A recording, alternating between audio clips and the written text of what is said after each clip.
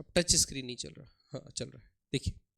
तो बच्चों कल हम लोग ने क्या किया कि अगर एक ऑब्जेक्ट रोटेशन और ट्रांसलेशन दोनों कर रहा है तो उसके पास टोटल कितनी काइनेटिक एनर्जी होती है निकालने का, ठीक है।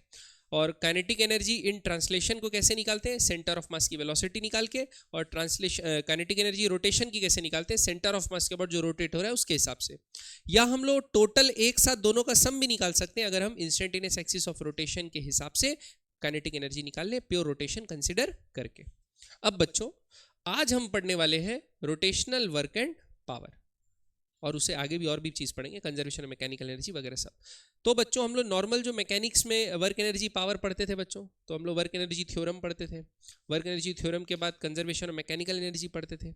वो चीज़ें आज हमको पढ़नी है, ठीक है। उसके लिए पहले हम लोग डिफाइन कर लेते हैं कि रोटेशनल वर्क और पावर का क्या मतलब होता है, ठीक, और क्या ये टेंजेंशियल पावर या जो नॉर्मल पावर या नॉर्मल वर्क से कैसे अलग होता है, ठीक है। देखिए बच्चों, मान के चलिए एक ऑब्जेक्ट है, ठीक है, ये रिजिड ऑब्जेक्ट है और ये इस एक्सिस के अबाउट फिक्स्ड है, रोटेट होगा।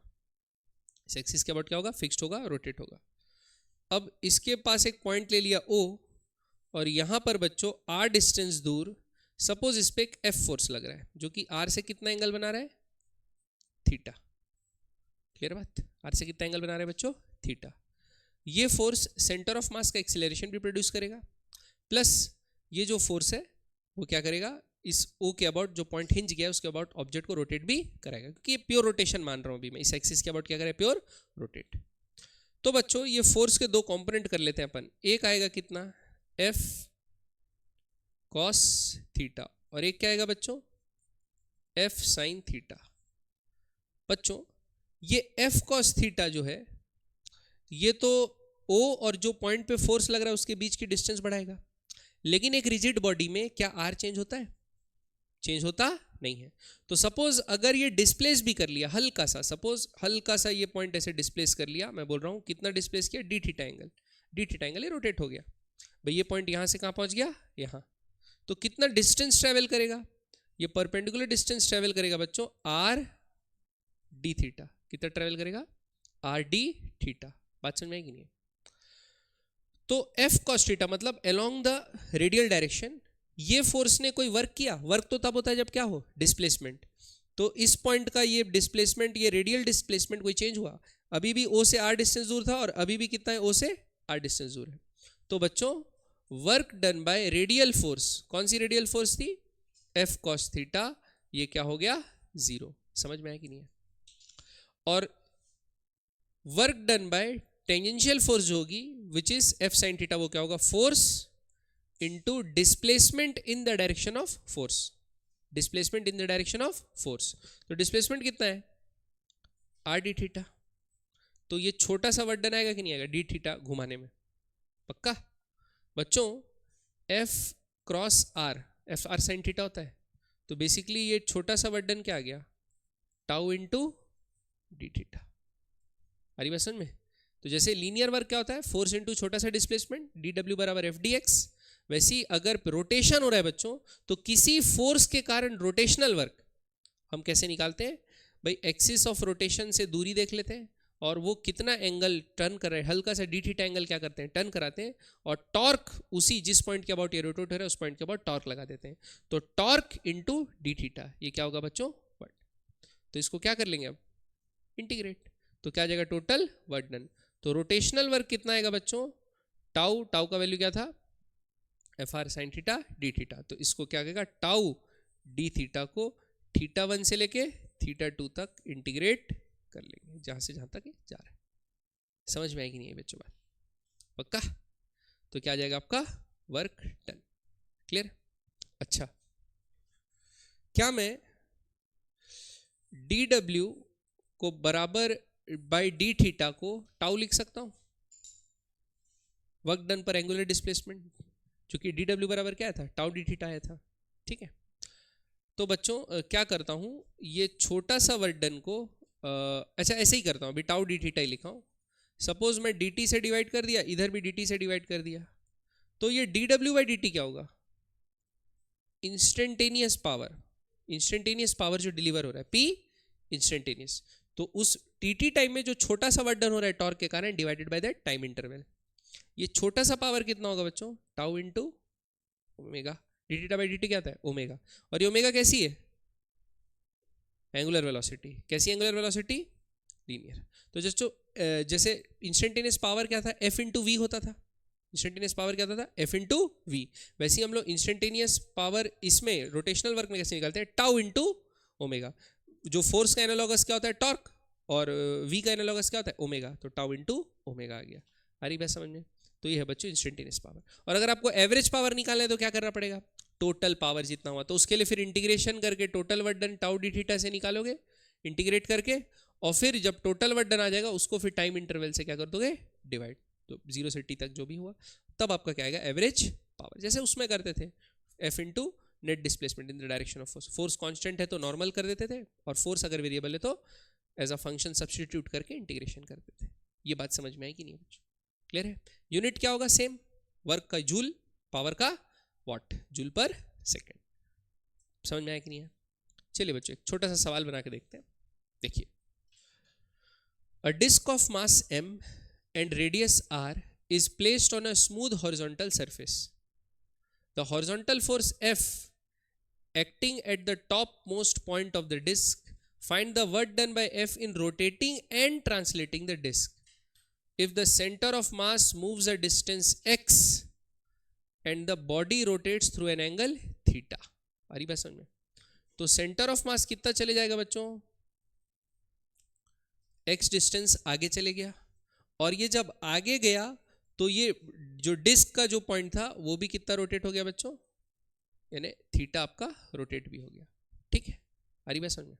तो बच्चों सबसे पहले निकालते हैं वर्क डन ट्रांसलेटिंग फोर्स। तो क्या लिखते हैं, लिखना भाई, work done in translation.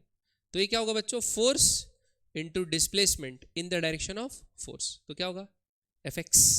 Force F लग रहा है, डिस्प्लेसमेंट कितना हुआ टोटल x, कांस्टेंट है फोर्स, तो F इंटू एक्स। और x से मतलब नहीं होता ना, x कैसे भी चले, uniformly non uniformly, work done में सब मतलब होता नहीं कि वो डिस्प्लेसमेंट नेट इतना हुआ, अब कैसे हुआ उससे कोई मतलब नहीं।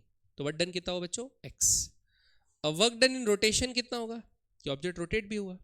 तो बच्चों टॉर्क निकाल सकते हैं, टॉर्क कांस्टेंट होगा, क्यों, फोर्स का डायरेक्शन कांस्टेंट है और ये जो R है वो भी कांस्टेंट है। तो टॉर्क कितना है बच्चों, कितना है, एफ आर, क्या है बच्चों, एफ इंटू आर। क्लियर है, पक्का समझ में आ गई है? Horizontal force acting at the topmost position of the disc, find the work done the centre of the disc. ठीक है, तो ये आ गया एफ इंटू आर, टाउ। तो टाउ इंटू क्या रहता है बच्चों, थीटा। तो टोटल एंगल कितना रोटेट हुआ, थीटा। तो कितना होगा work done, F R theta. जिस क्लॉकवाइज टॉर्क था तो रोटेशन भी कैसा हुआ, क्लॉकवाइज, तो क्या लिखे, एफ आर थीटा। तो टोटल वर्क डन कितना हुआ बच्चों, F into X plus F into R theta. तो हमेशा याद रखना बच्चों, वर्क डन हम लोग को क्या निकालना पड़ेगा, हमेशा टोटल। वर्क डन हमेशा क्या निकालना है, टोटल। रोटेशन का वर्क डन अलग, ट्रांसलेशन का वर्क डन अलग।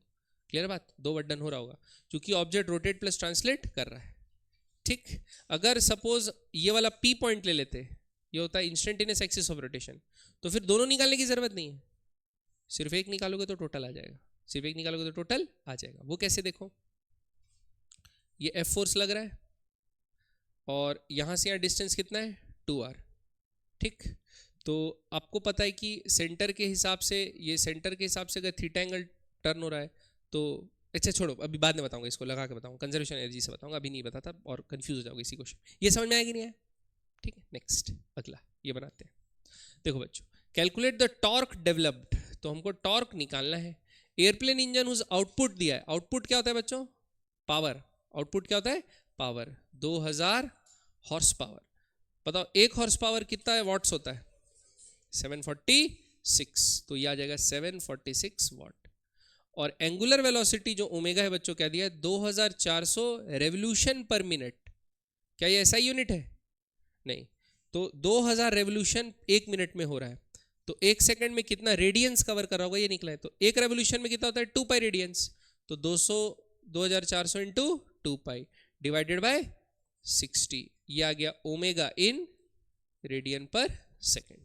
ये समझ में आया कि नहीं है बच्चों, पक्का? अब बच्चों हमको पता है इंस्टेंटेनियस पावर क्या होता है, टॉर्क इनटू ओमेगा। तो टॉर्क बराबर क्या आएगा, P बाय ओमेगा। 2400 इंटू 2π/60, नहीं क्या लिख दिया मैं, पहले पावर लिखना है, पहले क्या लिखना है, पावर। तो पावर कितना लेंगे बच्चों, 2000 इंटू 746 डिवाइडेड बाय 2400 इंटू 2π, और 60 कहाँ चले जाएगा, ऊपर। तो इतना न्यूटन मीटर। क्लियर है बात। तो बच्चों इतना टॉर्क जो है प्रोड्यूस होगा। क्लियर है, तो ठीक है, बात समझ में आई। ऊपर से तो नहीं क्या बच्चों, बढ़े आगे। अब लिखिए बच्चों क्या, एक मिनट, वर्क एनर्जी थ्योरम पहले बताना है फिर सवाल बनाना है कि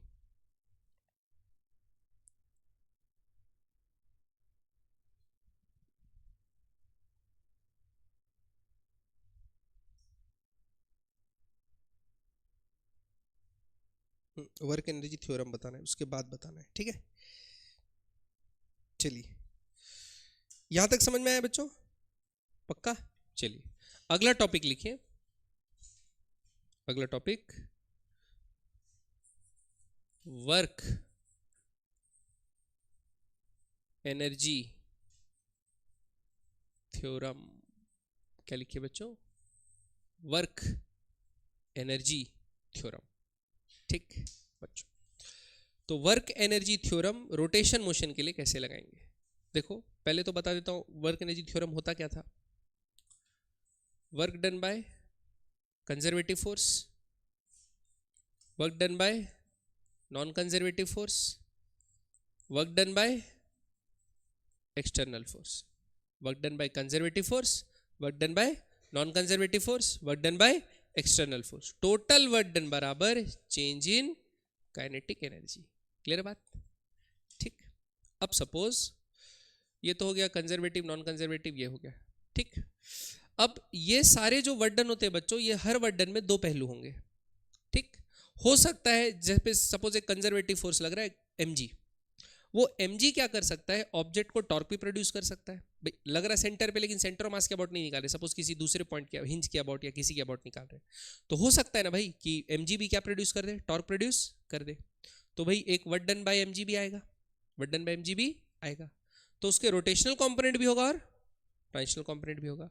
वैसे ही जो एक्सटर्नल फोर्स लग रहा है उसका, जैसे अभी निकाले, दो दो वर्क हो सकता है, रोटेशन वर्क भी हो सकता है और ट्रांसलेशन वर्क भी हो सकता है, अगर ऑब्जेक्ट रोटेट और ट्रांसलेट दोनों हो रहा है तो, ठीक।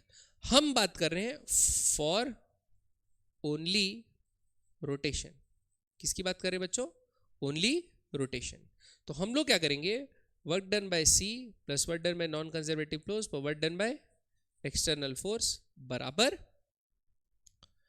चेंज इन सिर्फ कौन सी एनर्जी, रोटेशनल काइनेटिक एनर्जी। और रोटेशनल काइनेटिक एनर्जी क्या होती है, हाफ आई ओमेगा फाइनल का square minus half I omega initial का स्क्वायर। समझ में आया कि नहीं आया, ठीक। तो work done by all the forces निकालेंगे बच्चों रोटेशनल एस्पेक्ट में, और उसको क्या से इक्वेट कर देंगे, change in rotational kinetic energy. क्योंकि अगर आप सपोज रोटेशन और ट्रांसलेशन दोनों भी हो रहा है तो भी उसको क्या करा करो, आई ओ एयर के बाद प्योर रोटेशन कर लो, तो फिर आपको सिर्फ हाफ आई ओमेगा स्क्वायर ही लिखना पड़ेगा, ठीक है। चलिए अब सवाल बनाते हैं कुछ इससे रिलेटेड। देखिए, a thin horizontal uniform rod AB of mass m and length L can rotate freely about a vertical axis passing through its end A। तो बच्चों आपके पास ये एक रॉड है जो दिख नहीं रहा, इनविजिबल रॉड, ठीक है। ये क्या है बच्चों, रॉड। और रॉड जो है वो इस ए एंड के अबाउट क्या है बच्चों, हिंज। तो क्या कर सकता है, इसके अबाउट फ्रीली रोटेट कर सकता है। क्या कर सकता है, फ्रीली रोटेट कर सकता है। At a certain moment the end B starts experiencing a constant force which is always perpendicular to original position, which is always perpendicular to original position. तो बच्चों जैसा रॉड रखा हुआ था ना, रॉड हॉरिजॉन्टल था, तो एंड बी पे फोर्स क्या लगने लगा, एफ। तो जाहिर सी बात है रॉड ऐसा टेढ़ा होना चालू हो जाएगा कि नहीं हो जाएगा, रॉड ऐसा मूव करना चालू कर देगा। लेकिन फोर्स हमेशा कैसा लग रहा है, एफ। फोर्स हमेशा क्या लग रहा है बच्चों, एफ। ये बात समझ में आई कि नहीं? फोर्स हमेशा ओरिजिनल पोजीशन के हिसाब से परपेंडिकुलरली अपवर्ड ही लग रहा है। दूसरा, अब क्या बोला है, find the angular velocity of the rod as a function of its rotation angle, पहला। दूसरा, measured relative to the initial position, मतलब इनिशियल पोजीशन के हिसाब से ये क्या है, थीटा, और हमको क्या निकालना है बच्चों, ये एंगुलर वेलोसिटी उसकी निकालना है, इस इंस्टेंट पे कितनी होगी। ठीक है बच्चों, और शुरुआत पे हॉरिजॉन्टल से चालू किया तो मैं क्या बोल देता हूँ, ओमेगा क्या होगा मान के चलता हूँ, 0। पक्का बात समझ में आ रही कि नहीं आ रही बच्चों? तो मैं क्या लिखूंगा बच्चों, देखो, work done by conservative force plus work done by non conservative force, work done by non conservative force plus work done by external force बराबर change in kinetic energy. Clear बात?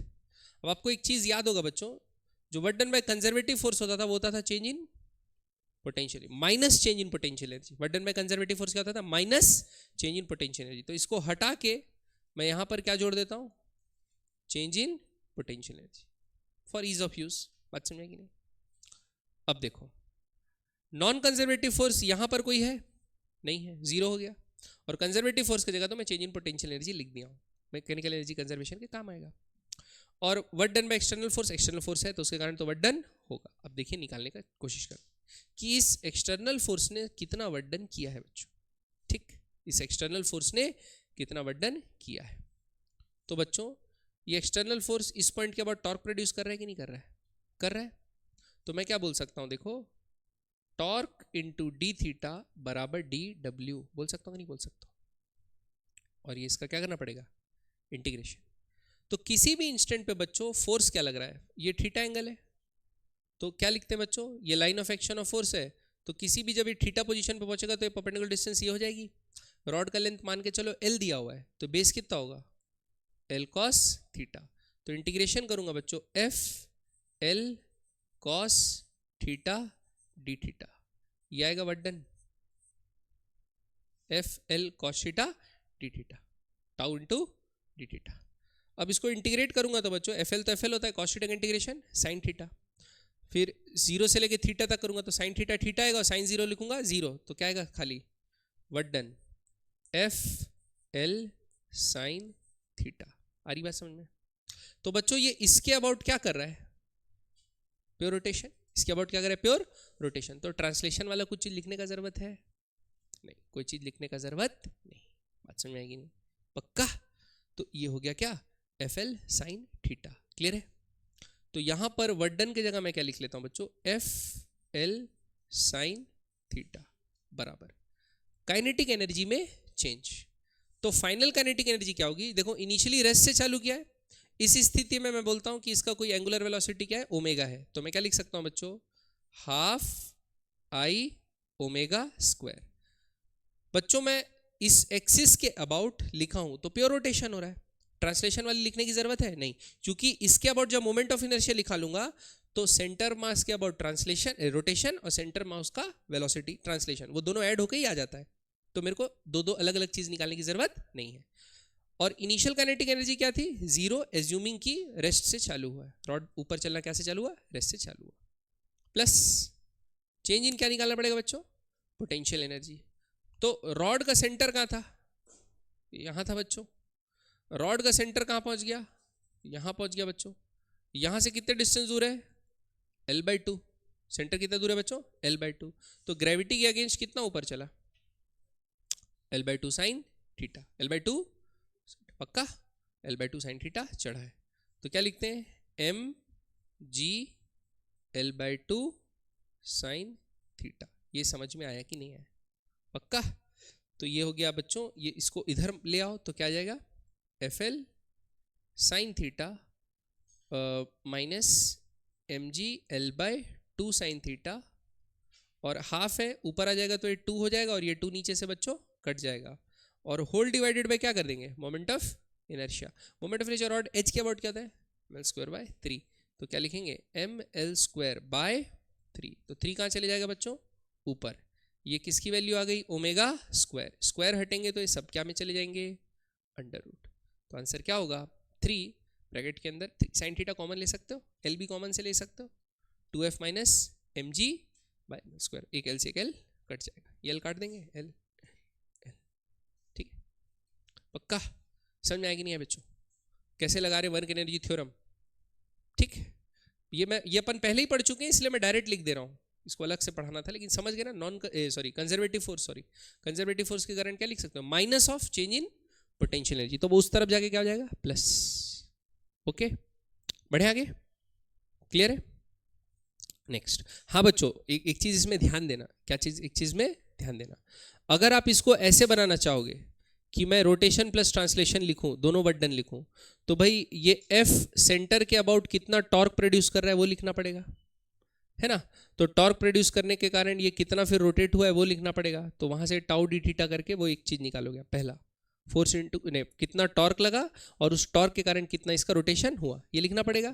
उसके बाद ऐड करना पड़ेगा, ये सेंटर ऑफ मास भी तो ऊपर जा रहा है, तो ये फोर्स के कारण सेंटर ऑफ मास कितना ऊपर गया, वो दोनों को ऐड करोगे, रोटेशन प्लस ट्रांसलेशन, अगर सेंटर ऑफ मास के अबाउट निकालोगे तो, ठीक। तो जब भी सेंट्रोइडल फ्रेम में चले गए, सेंटर ऑफ मास का आप चीजें निकाल रहे हो, तो रोटेशन और ट्रांसलेशन दो वर्क लिखने पड़ेंगे बच्चों, लेकिन अगर आप प्योर रोटेशन मान ले रहे हो तो सिर्फ रोटेशन लिखना पड़ेगा, तो वो आसान पड़ता है, ठीक है, ये ध्यान देना है बात को, ठीक है।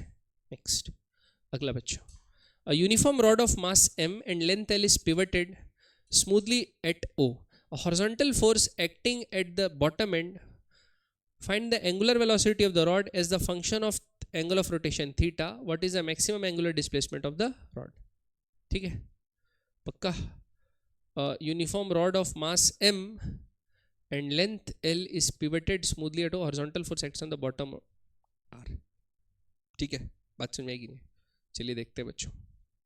तो हमको पूछा है एंगुलर वेलोसिटी निकालना है रॉड का as a function of theta, तो हम क्या मानते हैं, अभी ये ऊपर चले गया है, कितना एंगल, थीटा एंगल, तो एंगुलर वेलोसिटी निकालने के लिए हमेशा क्या लगाते हैं बच्चों हम लोग, कंजर्वेशन ऑफ एनर्जी, क्या निकालते हैं, कंजर्वेशन ऑफ एनर्जी। तो कंजर्वेशन ऑफ एनर्जी निकालने के लिए क्या करते हैं, work done by non conservative force plus work done by conservative force plus work done by external force बराबर चेंज इन काइनेटिक एनर्जी, है हमारा work energy theorem. Non conservative force यहाँ पर कोई सा लग नहीं रहा है, ठीक, लग रहा है कौन सा, कंजर्वेटिव और एक्सटर्नल, कंजर्वेटिव को काट के इधर क्या लिख देता हूँ, चेंज इन पोटेंशियल एनर्जी, अब बस एक्सटर्नल बच गया।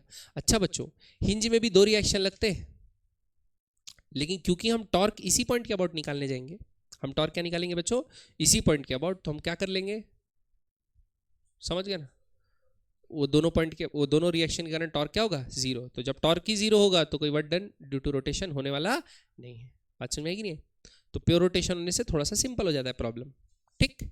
अब तो इस पॉइंट के अबाउट टॉर्क निकाल लेते हैं बच्चों, तो ये देखो किसी थीटा पे फोर्स तो ऐसा हॉरिजॉन्टल लग रहा है, तो line of action of force बनाए, ये बना, तो परपेंडिकुलर डिस्टेंस क्या होगा, ये होगा, ये एल है बच्चों, तो ये क्या होगा, एल कॉस थीटा, क्या रहा है बच्चों, एल कॉस थीटा, तो टॉर्क कितना लग रहा है, एफ एल कॉस थीटा, तो छोटा वर्डन क्या होगा, F L cos theta D theta, तो कॉस थीटा डी थीटा का इंटीग्रेशन साइन थीटा, जीरो से थीटा लेंगे तो sine F L sine theta, direct लिख दे रहा हूं मैं, एफ एल साइन थीटा, ये आ गया बच्चों वर्क डन, समझ में आई बात, पिछले केस जैसे ही है, एफ एल साइन थीटा बराबर काइनेटिक एनर्जी में चेंज, तो हाफ आई क्या लिखेंगे, M L square by 3 into omega square, plus potential energy क्या लिखेंगे, एम जी, अच्छा पोटेंशियल एनर्जी बढ़ी की कम हुई है, बढ़ी है, तो क्या लिखेंगे बच्चों, प्लस, क्या लिखेंगे प्लस, तो पोटेंशियल एनर्जी यहाँ पर थी,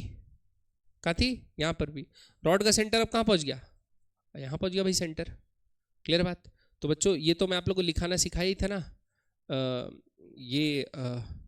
ये बच्चों L/2 है, ये कितना है L/2, तो यहाँ पर अगर अपन बेस बनाएंगे ऐसा, तो ये कितना हो जाएगा, ये एंगल आपका थीटा है, तो ये क्या हो जाएगा L/2 cos थीटा, तो L/2 minus L/2 cos theta, तो कितना हाइट में चेंज आया पता चलेगा, तो L/2 1 माइनस cos थीटा, तो क्या लिखेंगे बच्चों, m मार गए, तो क्या लिखेंगे बच्चों, m g L/2 1 minus cos theta. समझ में आया कि नहीं है बच्चों?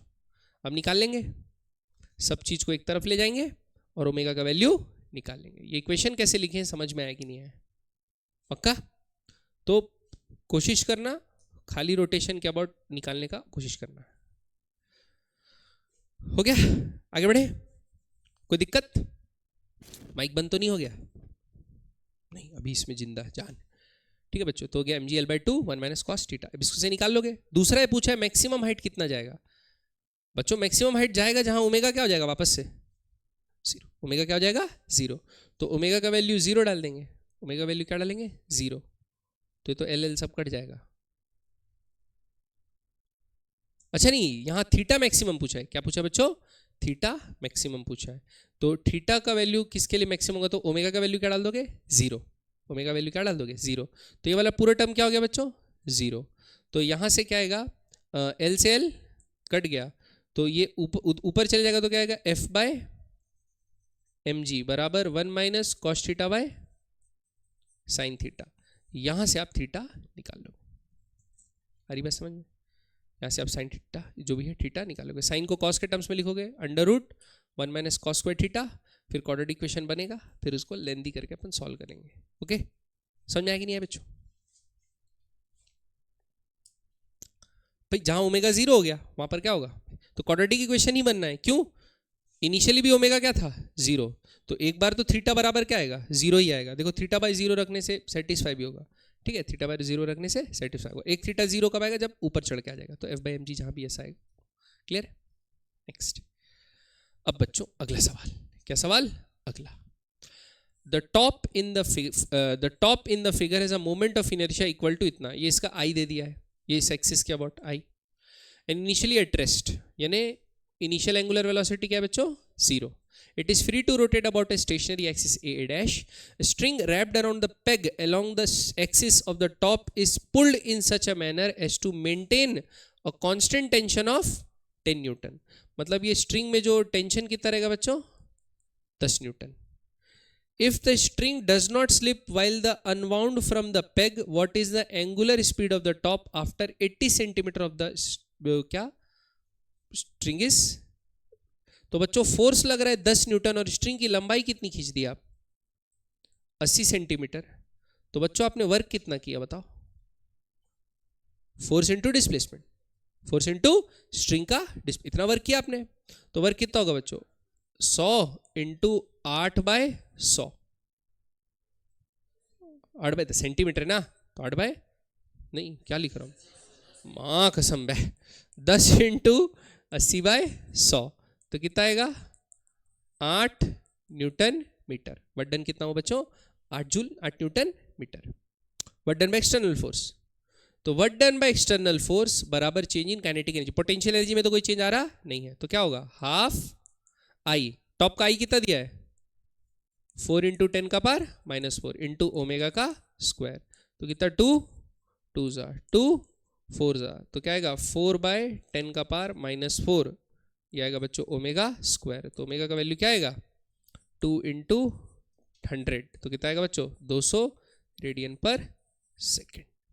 आई बात समझ? पक्का? ऊपर से तो नहीं गया? क्लियर बात? नहीं? आगे बढ़े।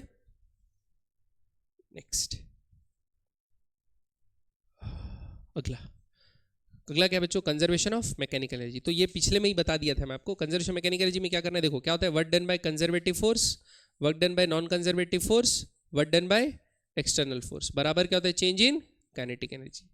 अगर कोई एक्सटर्नल फोर्स लग रही नहीं है, कोई नॉन कंजर्वेटिव फोर्स लग नहीं रही है, नॉन कंजर्वेटिव फोर्स मतलब फ्रिक्शन वगैरह, कोई भी नॉन कंजर्वेटिव फोर्स नहीं लग रही है, कोई भी एक्सटर्नल फोर्स नहीं लग रही है, तो work done by conservative force को क्या लिख सकते हो माइनस ऑफ पोटेंशियल एनर्जी, उधर जाके क्या हो जाएगा प्लस। तो change in kinetic energy plus change in potential energy बराबर क्या होगा बच्चों 0। इसी को क्या बोलते हैं कंजर्वेशन ऑफ मैकेनिकल एनर्जी। क्योंकि इसको लिखेंगे K final minus K initial, इसको लिखेंगे P final minus P initial. Initial वालों को एक तरफ ले जाओ तो K initial plus P initial बराबर K final plus P final. मतलब sum of all the mechanical energy initially is equals to sum of all the mechanical energy finally, given there is no non conservative force या work done by non conservative force zero हो, आ रही बात समझ में, और there is no external force या work done by external force भी क्या हो, जीरो हो, तब हम ऐसा लगा सकते हैं। क्लियर? इसको क्या बोलते हैं बच्चों, कंजर्वेशन ऑफ मैकेनिकल एनर्जी। ठीक है, अब कुछ सवालों में अप्लाई करके देखते हैं कि मैकेनिकल एनर्जी का कंजर्वेशन लगेगा कैसे। ये बच्चों दिखा, सॉलिड स्फीयर। अब इसमें बच्चों फोर्सेस क्या होंगे, एक तो mg है जो कि कंजर्वेटिव फोर्स है, एक इधर से क्या मिलेगा बच्चों, रिएक्शन, जब ये नीचे पहुंच जाएगा तो रिएक्शन क्या होगा, ऊपर, जब ये इधर पहुंच जाएगा तो रिएक्शन क्या होगा, साइड में। मतलब रिएक्शन हमेशा जो सेंटर ऑफ मास मूव कर रहा है उसके कैसा है, परपेंडिकुलर। तो वर्क डन करता है कुछ, एन कोई वर्क डन करता, तो भाई एक्सटर्नल फोर्सेस के कारण कोई वर्क डन हो रहा नहीं है। अब a solid sphere of mass m and radius r is released from rest from the given position if it rolls without sliding, rolls without sliding मतलब कैसा रोलिंग हो रहा है, प्योर रोलिंग। प्योर रोलिंग मतलब v बराबर r omega किसी भी instant पे। ठीक है, rolling on the circular track, find its speed when it reaches it's lowest position, यहां पे पहुंचेगा तो इसके साथ क्या होगा। बच्चों देखो, सब टर्म लिखना है, क्या लिखना है बच्चों, अब सब टर्म लिखना है। ठीक है, देखो पहला ये यहां से कहां पहुंच गया, यहां पहुंच गया बच्चों, तो इसका सेंटर ऑफ मास पहले यहां था, अभी कहां रहेगा, यहां रहेगा, क्योंकि पोटेंशियल एनर्जी में चेंज सेंटर ऑफ मास से निकालते हैं बच्चों, ये बात याद रखना। ठीक, तो पोटेंशियल एनर्जी में कमी आई, और जो पोटेंशियल एनर्जी में कमी आई वही एनर्जी कन्वर्ट हो गई, एक तो सेंटर ऑफ मास का वेलोसिटी होगा कुछ जब वो नीचे पहुंच जाएगा, प्लस सेंटर ऑफ मास क्या अबाउट ये रोटेट भी कर रहा है तो उसके कारण भी होगा। तो एनर्जी के दो टर्म्स आएंगे, ट्रांसलेशन प्लस रोटेशन, या बॉटम मोस्ट पॉइंट के अबाउट प्योर रोटेशन भी ले सकता हूं, उससे भी आंसर क्या आएगा, सेम। ठीक है, अब देखो, अब मैं बोला ये नीचे आया तो पोटेंशियल में कितनी आया, यहां से पहुंच गए यहां बच्चों, तो ये कितने का कमी है, आर माइनस स्मॉल आर का कमी है।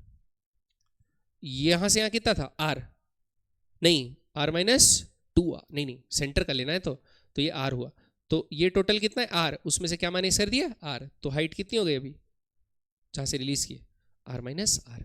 तो पोटेंशियल एनर्जी में कमी आई कितनी बच्चों, M G R minus R. ये समझ में आया कि नहीं है, this will be equal to translational kinetic energy half M we square plus rotational kinetic energy half I omega square.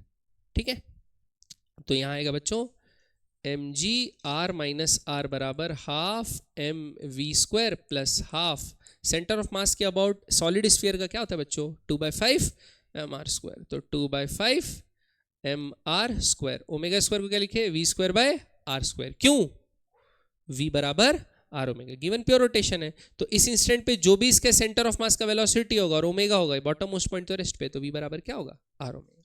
Clear है बच्चों, आर स्क्वायर से आर स्क्वायर कट गया, 2 से 2 कट गया, तो M we square by 5 plus M we square by 2, तो 5 और 2 का एलसीएम कितना आएगा बच्चों 10, और 5 + 2 कितना होता है 7, तो क्या आया 7 एम वी स्क्वायर बाय 10 बराबर M G R minus R, M से एम कट गया, तो क्या आएगा बच्चों वी स्क्वायर बराबर 10 G R minus R by 7, square हटाएंगे तो क्या लगेगा अंडर रूट।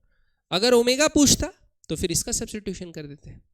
ठीक है, बात समझ में आएगी नहीं आई, पक्का, तो याद रखना M G R minus R. ठीक, या डायरेक्ट कैसे बनाते हैं पता है इसको, डायरेक्ट ऐसे बनाते हैं,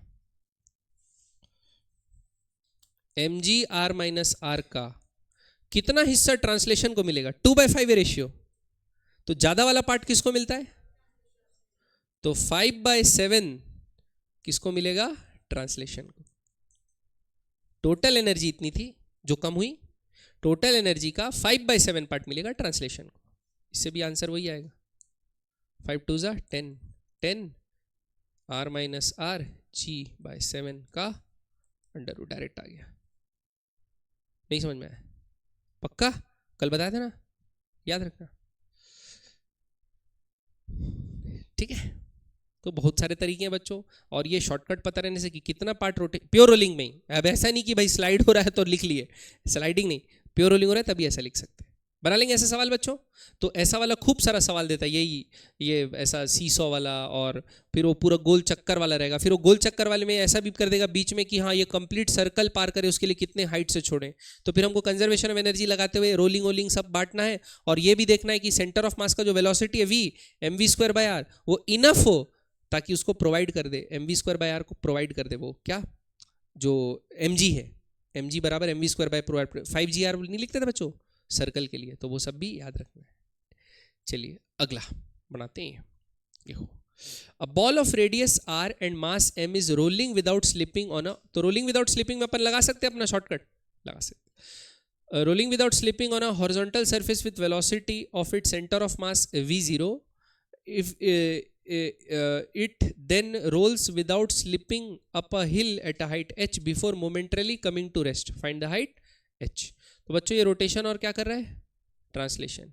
जब ये यहाँ पर रेस्ट पे आएगा तो सेंटर ऑफ मास का वेलोसिटी क्या हो जाएगा, जीरो। तो बाय रोलिंग के मोशन ओमेगा भी क्या होना चाहिए, क्योंकि प्योर रोल हो रहा है तो v बराबर क्या होता है, आर ओमेगा। तो v बंद हुआ मतलब ओमेगा भी क्या होगा, बंद। तो जो भी एनर्जी इसका नीचे में होगा वो पूरा पूरा क्या में कन्वर्ट हो गया, पोटेंशियल एनर्जी। बात समझ में आएगी नहीं बच्चों?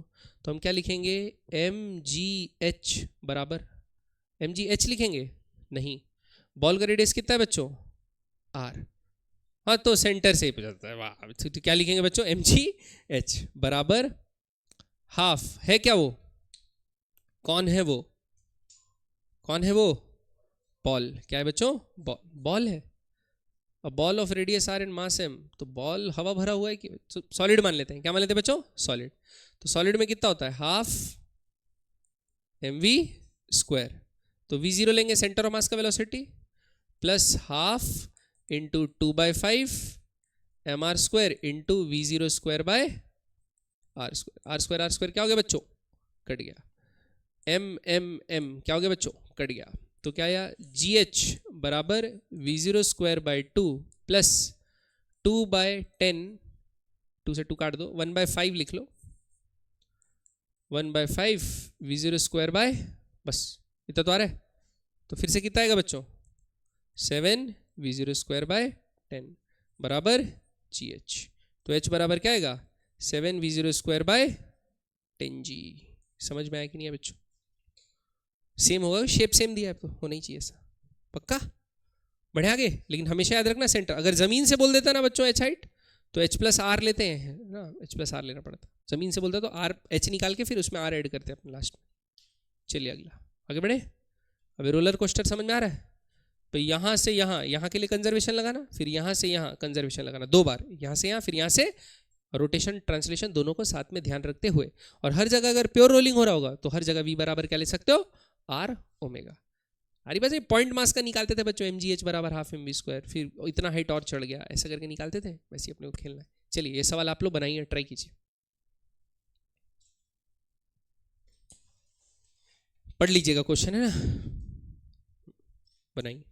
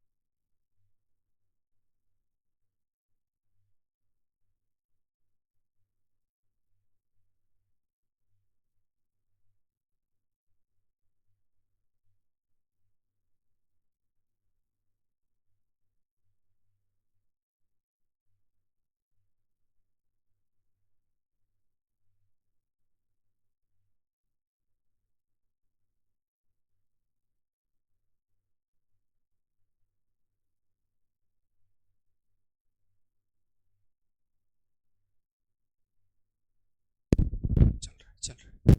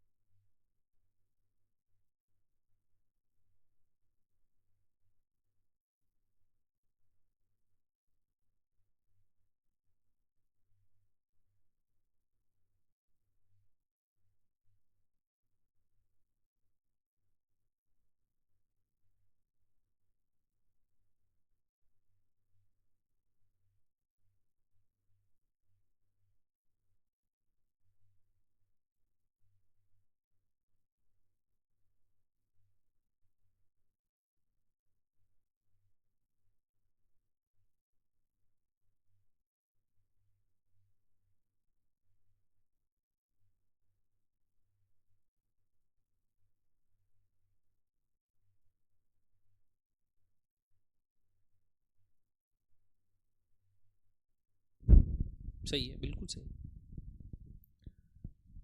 चलो एक बच्चा तो सीख गया, यस यस यस। बनाते हैं, चलो देखो देखो मैं बताता हूँ। हाँ 1 मिनट बता। अच्छा बस 1 मिनट, चलो बनाओ। अच्छा कहाँ कहाँ के लिए लगा रहे हो कंजर्वेशन, मेरे को ये बताओ। कहाँ से कहाँ लगा रहे हो बेटा? ये है ना 1, और ये क्या है 2। ठीक, ये 1 है और ये 2 है, यहीं लगा रहे हो कंजर्वेशन मैकेनिकल एनर्जी। ठीक, अब बताओ, यहां पर कोई रोटेशन काइनेटिक तो है नहीं, तो यहां पर जितना भी पोटेंशियल है वो यहां पर क्या में कन्वर्ट हो जाएगा? काइनेटिक में कन्वर्ट हो जाएगा, है कि नहीं? कारी बात समझ में? तो पोटेंशियल एनर्जी में कितना कमी आया? mg h। आ रही बात समझ में? और ये यहां पर काइनेटिक में कन्वर्ट हो जाएगा, तो क्या होगा बच्चों? Half mv² plus half 2/5 m छोटा r स्क्वायर, m छोटा r square into v² by छोटा r स्क्वायर कट गया, 2 से 2 कट गया, ये क्या है बच्चों? 7/10 mv² बराबर mgh। ये बात समझ में आया कि नहीं? अबे तो रुक तो चाह, m से m कट गया, तो h बराबर क्या आया? 7/10 g(v²). अभी v² का वैल्यू निकालना है, अभी क्या करना है? v² का वैल्यू निकालना है। v क्या है बच्चों? तो अगर ये जस्ट सर्कल कंप्लीट कर रहा है बच्चों, तो सेंट्रीपिटल जो फोर्स होगा वो n नहीं देगा, कौन देगा? सिर्फ mg। तो क्या लिखते हैं? mg बराबर mv² by r minus r। mg बराबर mv² by r minus r। r minus r क्यों लिए? क्योंकि देखो सेंटर तो ऐसा घूम रहा है ना, तो ये रेडियस कितना है? r माइनस आर ही है, ये तक है r माइनस आर, इसलिए लिए। तो m से m कट गया, v² का वैल्यू क्या है? g r माइनस आर, यहां पर डाल दो, g से g कट जाएगा, 7/10। नहीं समझ में आया बच्चों? पक्का बना लोगे ऐसा क्वेश्चन? तो ये बनाओ, रॉड है L pivoted about horizontal frictionless hinge through one end. The rod is released from rest in a vertical position. Find the velocity of the center of mass of the rod when the rod is inclined at an angle theta from the vertical. Centre of mass का velocity निकाल, क्या omega निकाल सकते हो? Omega निकालने के लिए क्या करोगे? कंजर्वेशन ऑफ एनर्जी निकाल लिया, बढ़िया। 0 और थीटा पे कंजर्वेशन एनर्जी निकाल लिया, ओमेगा आ जाएगा। एक बार ओमेगा आ गया तो सेंटर ऑफ मास क्या होता है? v बराबर r ओमेगा।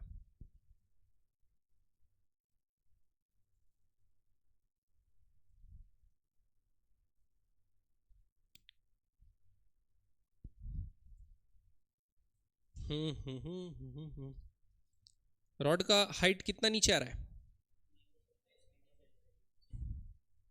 L/2 ब्रैकेट के अंदर 1 माइनस कॉस थीटा, है ना, शायद, पता नहीं मेरा भाई। सेंटर ऑफ मास यहाँ पर है ना, कितने पे, L/2, फिर यहाँ पहुँच जाएगा, ये कितना है, L/2। तो बच्चों ये थीटा है, ये क्या है, थीटा। तो ये कितना होगा हाइट, L/2 कॉस थीटा।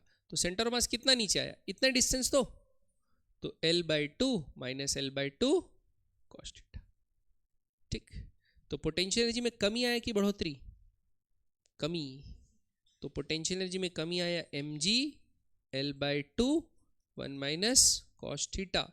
ये किस में बढ़ोतरी हुआ, काइनेटिक एनर्जी में, हाफ आई इसके अबाउट प्योर रोटेट हो रहा है, तो mL²/3 इंटू ओमेगा स्क्वायर। ठीक है, L/2 L कट गया, 2b कट गया, mm हो गया बच्चों। तो g 1 माइनस कॉस थीटा ऊपर आएगा 3/L, ये किसका वैल्यू आया, ओमेगा स्क्वायर का वैल्यू आया। ठीक, तो ओमेगा का वैल्यू क्या आएगा, बूम बाम। ठीक है, तो ओमेगा का वैल्यू क्या आ गया, √3g 1 minus cos theta by L। अब ये ओमेगा आ गया बच्चों, तो सेंटर ऑफ मास का वेलोसिटी क्या होगा, इस डायरेक्शन में होगा, टेंजेंशियल होता है हमेशा। तो L/2 इंटू ओमेगा, तो क्या करेंगे भाई, L/2 इंटू ओमेगा। तो V centre of mass L/2 into √3g 1 minus cos theta by L। तो ये L कटेगा और कहाँ जाएगा, अंडर रूट में, ये यहाँ से जाएगा, नीचे क्या जाएगा बच्चों, 4 अंदर जाके, तो क्या जाएगा, √3g/4 3gL 1 minus cos theta by 4। Direction याद रखना ये है। तो अगर आपको x और y के टर्म्स में पूछा है तो फिर इसका कॉम्पोनेंट मारना पड़ेगा, पक्का, क्लियर है।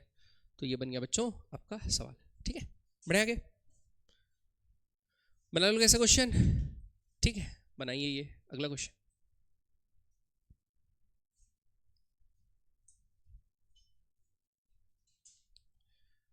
A uniform rod is released from rest in consequence it rotates in a plane. A center mass moves down under the action of gravity and action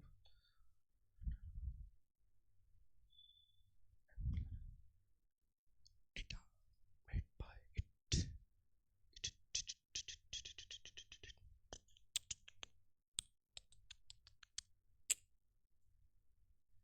First thing first, ting ting ting ting ting ting ting ting ting.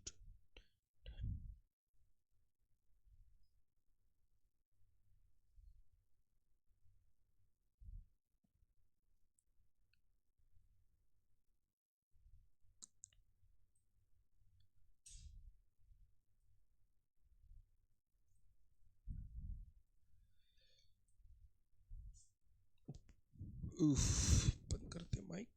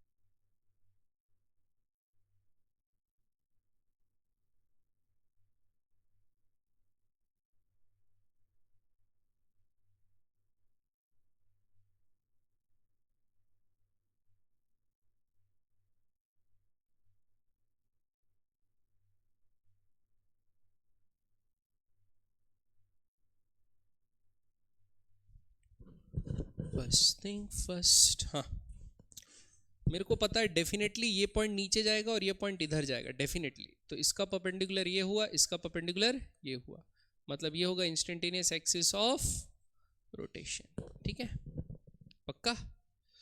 तो बच्चों centre of मास कितने दूर होता है, L distance दूर होता है, कितने डिस्टेंस दूर होता है एल, यानी L/2, यहाँ से L/2 होगा, ये होगा बच्चों L/2। तो यहाँ से सेंटर ऑफ मास को अपन जोड़ देते हैं, यहाँ से क्या कर देते हैं बच्चों, सेंटर ऑफ मास को जोड़ देते हैं, जोड़ दिए, ठीक है ये जुड़ गया, सेंटर ऑफ मास से जुड़ गया, ठीक है। अब क्या करेंगे, पोटेंशियल एनर्जी में कमी निकालते हैं। तो बच्चों ये क्या होगा, ये जो पॉइंट है वो भी थीटा से स्विंग हो रहा है ना, मतलब इसके अबाउट प्योरली जितना ओमेगा इसका होगा, ऐसा जितना ओमेगा इसका ओमेगा होगा, नहीं नीचे आ रहा है ये आगे जा रहा है, ठीक है, तो जितना ओमेगा इसका होगा उसी ओमेगा के अबाउट ये रोटेट हो रहा होगा, पक्का। तो बच्चों हमको पता है ना, अगर ये L/2 डिस्टेंस या जो भी डिस्टेंस दूर, हाँ ये डिस्टेंस भी L/2 हो जाएगी, क्या हो जाएगी बच्चों L/2, कितनी हो जाएगी L/2, ठीक, क्योंकि देखो इसके परपेंडिकुलर ये बना है और इसके परपेंडिकुलर ये बना है, तो ये डिस्टेंस ऐसी होनी चाहिए कि नहीं होनी चाहिए, क्योंकि शुरुआत में सपोज ऐसे था रॉड, शुरुआत में रॉड क्या था ऐसे, तो ये तो नीचे जा रहा है और ये अभी कहीं जा रहा नहीं था, ये नहीं जा रहा था, तो इस समय इंस्टेंटेनियस एक्सिस ऑफ रोटेशन क्या होगा, यही आएगा, क्या आएगा बच्चों इंस्टेंटेनियस एक्सिस ऑफ रोटेशन, नहीं नहीं इसका यही पॉइंट है, नहीं निकालता है इससे,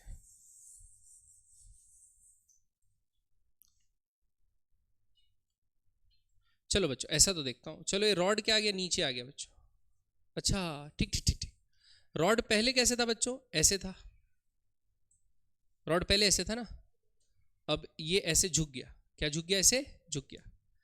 अब बताओ अभी यहां से इसका सेंटर कितना दूर था, L/2 था, अभी यहां से सेंटर कितना है L/2 है, तो सेंटर नीचे आ गया कि नहीं आ गया बच्चों, सेंटर क्या आ गया, नीचे आ गया, ये थीटा है तो ये कितना होगा बच्चों 90 माइनस थीटा, तो ये कितना होगा sine 90 minus theta which is cos theta, तो ये कितना होगा L/2 कॉस थीटा, तो ये चेंज कितना है पोटेंशियल एनर्जी में L/2 minus L/2 cos theta, तो कितना आया L/2 1 माइनस कॉस थीटा, तो पोटेंशियल एनर्जी में चेंज तो इतना आ गया, पोटेंशियल एनर्जी में चेंज इतना आ गया, this is equals to change in kinetic energy, change in kinetic energy बच्चों, ठीक है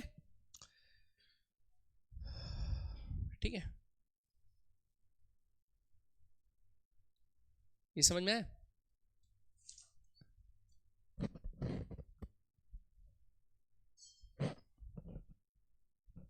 अब काइनेटिक एनर्जी निकालने के लिए दो चीज लेना पड़ेगा, क्योंकि ना सेंटर ऑफ मास नीचे भी आया और आगे भी गया, नीचे भी आया और आगे भी गया, नीचे भी आया और आगे भी गया, ठीक है, तो ये सेंटर ऑफ मास क्या है बच्चों, centre of mass, centre of mass का पोजीशन लिखता हूं मैं, पहले यहां था चिपका हुआ था, जहां भी चिपका हुआ था, ठीक है, अभी यहां आ गया, तो पहले सपोज यहां पर था, ऐसा लिख लेता हूं, ये L/2 था, मान के चलो ये क्या था L/2 था, ठीक है, तो बच्चों हॉरिजॉन्टली ये इतना आगे गया ना, तो ये भी तो निकाल सकता हूं मैं कि यहां से यहां ये कितना आगे गया, तो बच्चों ये डिस्टेंस कितना होगा अभी, ये डिस्टेंस कितना है L/2 है, हाँ ये कितना है L/2 है, तो ये होगा L/2 sine theta, L/2 sine theta, ये समझ में आया। तो बच्चों ऐसा देखते हैं, पहले ऐसा था अभी ऐसा हो गया, ठीक है, तो ये था L/2 अभी ये है, तो ये आगे कितना गया, तो यहाँ से परपेंडिकुलर ड्रॉप करते हैं बच्चों, तो ये तो 90 माइनस थीटा आया था, तो ये L/2 तो L/2 साइन थीटा और L/2 साइन थीटा है ना, ये निकालना है ना अपने को, और ये टोटल कितना था एल साइन थीटा, कितना था एल साइन थीटा, तो total L by sine theta, L by to sine theta आगे गया। तो बच्चों डिस्प्लेसमेंट इन वाई क्या लिख सकते हैं, L by to sine theta लिख सकते हैं। तो बच्चों वेलोसिटी क्या आएगा, वाई डायरेक्शन ही, एक्स डायरेक्शन, एक्स में डिस्प्लेसमेंट, तो वेलोसिटी इन एक्स क्या लिख सकते हैं, L by to cos theta D theta by D T लिख सकता हूं, L by to cos theta D theta by D T. ये बात समझ में आएगी नहीं बच्चों, पक्का? तो l by to cos theta D theta by D T आ गया वी एक्स, समझ गए ना, इसको डिफरेंशिएट कर दिया विथ रिस्पेक्ट टू टाइम, और D theta by D T क्या होता है ओमेगा, तो क्या लिखे वी एक्स बराबर L by to cos theta into omega. ये बात समझ में आई? अब बच्चों क्या लिखता हूं, वी वाई, क्या लिखता हूं बच्चों, वी वाई। वी वाई निकालने के लिए वर्टिकल डिस्टेंस कितना नीचे आया वो तो मैं निकाल दिया था, कितना था L by to one minus cos theta, ठीक, तो l by to one minus cos theta को डिफरेंशिएट करता हूं तो ये वी वाई आ जाएगा बच्चों। तो एल बाई टू तो एल बाई टू का वन का क्या होता है जीरो, कॉस थीटा का डिफरेंशिएशन माइनस साइन थीटा, तो ये क्या आ जाएगा sine theta D theta, D theta को क्या लिख दूंगा ओमेगा, तो ये आ गया बच्चों वी वाई। तो बच्चों वेलोसिटी का मैग्नीट्यूड क्या आ जाएगा, वी एक्स स्क्वायर क्या आ जाएगा, वी स्क्वायर बराबर आएगा v x square plus v y square, तो एल बाई टू ओमेगा ये कॉमन आ जाएगा, sine square theta plus cos square theta क्या होता है वन, तो मैग्नीट्यूड क्या आ गया l square by four omega square. ये समझ में आएगी नहीं, पक्का? पक्का? तो काइनेटिक एनर्जी ट्रांसलेशन के कारण कितनी आई, half M L square by four omega square. ये समझ में आएगी नहीं, half L square by four omega square, clear है बात, पक्का? ये आ गई बच्चों सेंटर ऑफ मास की वैल्यू ट्रांसलेशन के कारण। अब दूसरा किसके कारण निकालना है, रोटेशन के कारण। किसके कारण बच्चों, रोटेशन, तो रोटेशन के कारण होगा half M L square by three, half M L square by three into omega square, क्या होगा हाफ, नहीं m L square by 12, half M L square by 12 into omega square. क्यों, अपन यहां से थीटा मुड़ गया ऐसा मान रहे हैं ना, यहां से कितना मुड़ गया थीटा, तो एच के अबाउट क्या लेते हैं वो, ठीक है, तो एम एल स्क्वायर बाय 12 लिखे। अब इसको ऐड करते हैं बच्चों, तो ये कितना होगा, ये 2 से 2 उड़ रहा है सब जगह, 2 2 2 कैंसिल हो गया, तो आया, अच्छा एम से एम भी उड़ रहा है, एम एम एम, और एल एल एल ये भी उड़ा, तो क्या है बच्चों देखो, जी वन माइनस कॉस थीटा बराबर एल ओमेगा स्क्वायर बाय 3 आ गया, 1/4 प्लस 1/12 कितना होता है 1/3 होता है ना, 4 3 जा 12, ऊपर आएगा 3 प्लस 1 4, 4 3 जा एल स्क्वायर ओमेगा बाय 3 आएगा, तो क्या इधर भेज देंगे तो आएगा 3g 1 minus cos theta by L का अंडर रूट। ये क्या होगा बच्चों, क्लियर बात, समझ में आया कि नहीं है, वेरी गुड। तो गलत है ना, एल ऊपर लिख दी थी, क्या वो थ्योरी चल रहा है क्या, एल ऊपर लिख दी थी, राइट, स्पेलिंग गलत हो गया ये समझ में आया बच्चों? तो क्या किया मैं, देखो मैं सेंटर ऑफ मास के लिए कंफ्यूज हो गया था कि वेलोसिटी कैसे निकालूं, तो सेंटर ऑफ मास के लिए वेलोसिटी निकालने के लिए मैं क्या किया, मैंने अपना दिमाग लगाया। कैसा दिमाग लगाया, मैं ये बोला कि देखो ये कुछ आगे और कुछ नीचे जा रहा है, तो कितना आगे जा रहा है, डिस्प्लेसमेंट लिख लिया एक्स में, डिस्प्लेसमेंट लिख लिया वाई में, डिफरेंशिएट कर लिया, तो क्या गया वेलोसिटी, तो वी एक्स वी वाई आ गया, उसका स्क्वायर करके अंडर रूट करूंगा तो मैग्नीट्यूड आ जाता है, तो जो ट्रांसलेशन एनर्जी है वो आ गया, ट्रांसलेशन आ गया। फिर रोटेशन के लिए क्या किया भाई, इस ये पहले ऐसा था ना ऐसा, और फिर ये यहीं से थीटा एंगल बना के टेढ़ा हो जा रहा है, तो इसके about m L square by 12 होता है, एच के अबाउट नहीं 3 होता है, लेकिन हाँ प्योर रोटेशन में किसके अबाउट लेते हैं, सेंटर ऑफ मास के अबाउट, क्योंकि एच के अबाउट ले लूंगा तो वो तो रोटेशन प्लस ट्रांसलेशन एक साथ आ जाएगा ना, तो मेरे को किसके अबाउट लेना है, सेंटर मास, तो सेंटर मास के अबाउट क्या होता है बच्चों, एम एल स्क्वायर बाय 12, आ रही बात समझ में, और ओमेगा से रोटेट हो रहा है, क्लियर बात, तो और D T by D T वही तो ओमेगा है, खत्म, तो एक ओमेगा का वैल्यू आ गया। मजा आया क्वेश्चन, ठीक है बच्चों? अब ये आपके होमवर्क है, एक कुछ नहीं करना इसमें भी, ये एम मास है, ये नीचे चले जाएगा बच्चों, तो इसका पोटेंशियल एनर्जी में क्या आएगा, कमी, ये डिस्क का सेंटर यहाँ है, डिस्क भी नीचे आ गया, तो डिस्क का भी सेंटर ऑफ मास नीचे आ गया, तो पोटेंशियल एनर्जी में क्या आ जाएगा, कमी, तो टोटल पोटेंशियल एनर्जी में चेंज आया, एक इस एम मास को मिलेगा वेलोसिटी, और एक डिस्क को भी मिलेगा इस एक्सिस के about half I, omega square. Clear है बात? उससे फिर हम लोग ओमेगा और वी जो भी पूछा है वो निकालेंगे। ठीक है, ये बना लोगे। उसके बाद एक कारपेट प्रॉब्लम है बच्चों, इसका वीडियो में डाला हूँ, ये ना उसकी 200 फिजिक्स के क्वेश्चंस में आता है, तो एडवांस में पूछा गया क्वेश्चन था, जेई एडवांस में, बहुत ज़बरदस्त क्वेश्चन है कारपेट प्रॉब्लम। तो इसका वीडियो भी डाला हूँ 12 मिनट का बनाया हुआ, तो उससे आप उसका सोल्यूशन देख सकते हो, एक बार ट्राई कर लेना, नहीं मिला तो वीडियो में सोल्यूशन देख लेना, मैं लिंक भेज दूंगा। ठीक है, उसके बाद ये तो सिंपल है, तो ये तीसरा क्वेश्चन ये भी बनाना है, इसमें सिंपल कंजर्वेशन ऑफ क्या लगेगा, एनर्जी। ठीक है, तो ये आपका मैकेनिकल एनर्जी कंजर्वेशन वाला पार्ट क्या हो गया, खत्म। अब 2 पार्ट पढ़ना है, इंपल्स मोमेंटम थ्योरम लगाना सीखना है बच्चों, कलीजन वाला, वो लास्ट पार्ट अब बचा, चैप्टर पे खत्म। ठीक, नीचे कर ही रहे